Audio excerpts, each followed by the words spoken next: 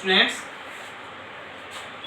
Late 18th century में जब French revolution हुआ उस समय वहाँ पर बॉर्बन डायनेस्टी के लुई 16 का शासन था।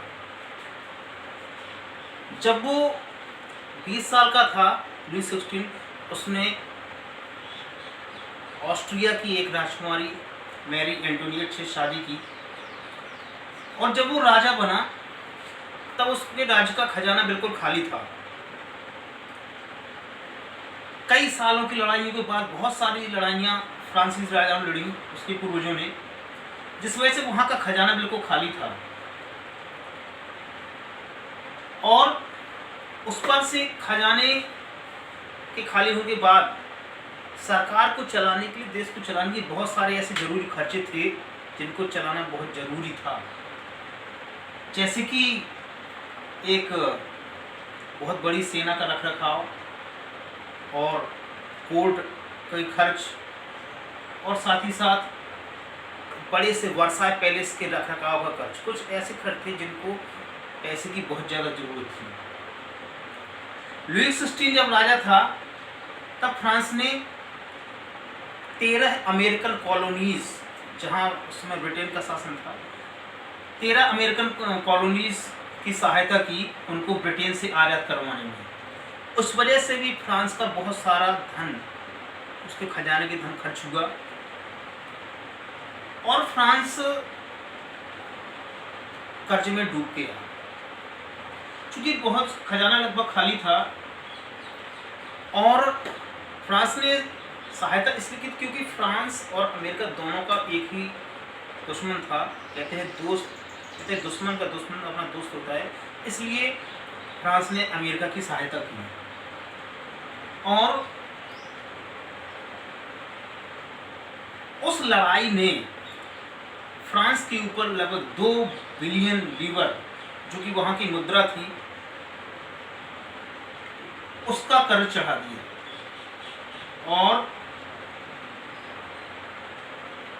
जितना पहले कर्ज था उसमें भी 2 बिलियन और ज्यादा कर्ज बढ़ गया फ्रांस का। और ऐसे धनी लोग फ्रांस के जिन्होंने सरकार को कर्ज के रूप में पैसा दिया था, धन दिया था, उन्होंने अपने धन पर 10% का इंटरेस्ट लगाया और राजा से अपने कर्ज को वापस मांगा। अब खजाना खाली होने के बाद भी, कर्ज में डूबे होने के बाद भी रखरखाव खर्च की जरूरत तो होती ही है। इसलिए कोर्ट को मेंटेन करने के लिए, सेना के रखरखाव के लिए और सरकार को, ऑफिसों को चलाने के लिए, यूनिवर्सिटीज को चलाने के लिए फ्रांस को जरूरत पड़ी टैक्स में बढ़ोतरी करने की। और जबकि उस समय ये लगाना सही नहीं था क्योंकि फ्रांस की सोसाइटी जो थी 18th सेंचुरी में, वो 3 पार्ट में डिवाइड थी। जैसे हमारे यहाँ, हमारे देश में पहले ब्राह्मण शूद्र वैसे शूद्र हुआ करते थे, आज भी हैं। इसी तरह से फ्रांस में भी वहाँ की जो सोसाइटी 3 भागों में डिवाइडेड थी और जो तीसरे तबके के लोग थे, 3 भागों को, फर्स्ट भाग को कहा जाता फर्स्ट एस्टेट और सेकेंड को सेकेंड और थर्ड को थर्ड एस्टेट। फर्स्ट एस्टेट में बड़े बड़े पादरीज, वहाँ की चर्च के मुखिया वगैरह आते थे, सेकेंड में राजा, उसके बड़े बड़े अधिकारी, और इस तरह से तीसरे में आते थे मजदूर, किसान, गरीब लोग आते। और वहाँ फ्रांस में केवल तीसरे स्टेट को ही टैक्स देना पड़ता था, first and second estate tax नहीं दिया करती थी।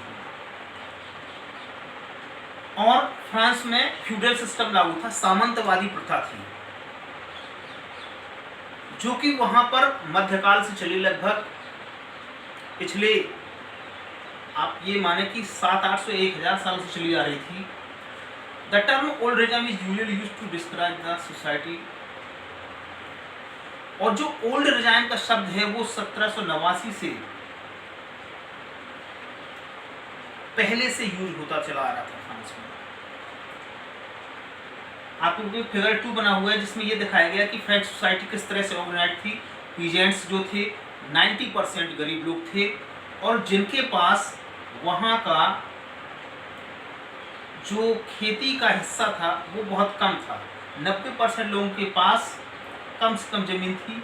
लगभग 60% ज़मीन जो थी वो नोबल्स और चर्चेस के पास थी और धनी लोगों के पास थी।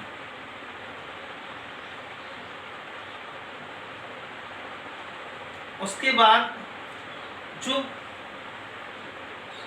पहले 2 एस्टेट के लोग थे, क्लर्गीज और नोबिलिटी, वो बहुत सारे ऐसे अधिकार उनको मिली थी जो कि पैदा होती थी, उनके बच्चों को मिल जाते थे, जिन्हें कि मूल अधिकार तो नहीं कहा जा सकता, लेकिन पैदा होती वो अधिकार उन्हें मिल जाया करते थे। और केवल वो क्लर्गीज नोबिलिटी को ही मिला करते थे, थर्ड स्टेट के पास कोई अधिकार नहीं थे। स्टूडेंट्स, सबसे ज्यादा बोझ टैक्स का था थर्ड स्टेट पर, और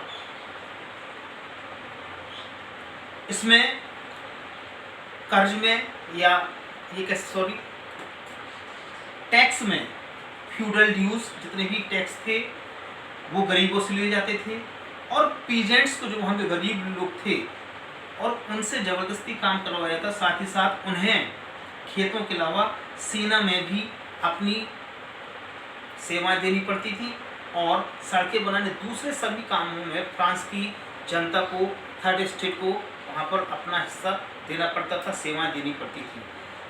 फिगर में आप देख रहे हो पहले स्टेट्स में क्लर्गीज हैं, सेकंड स्टेट में नोबिलिटी, थर्ड स्टेट में कुछ बिग बड़े व्यापारी हैं, मर्चेंट्स और कोर्ट के अधिकारी हैं, वकील हैं, दूसरे में पीजेंट्स और आर्टिसंस हैं।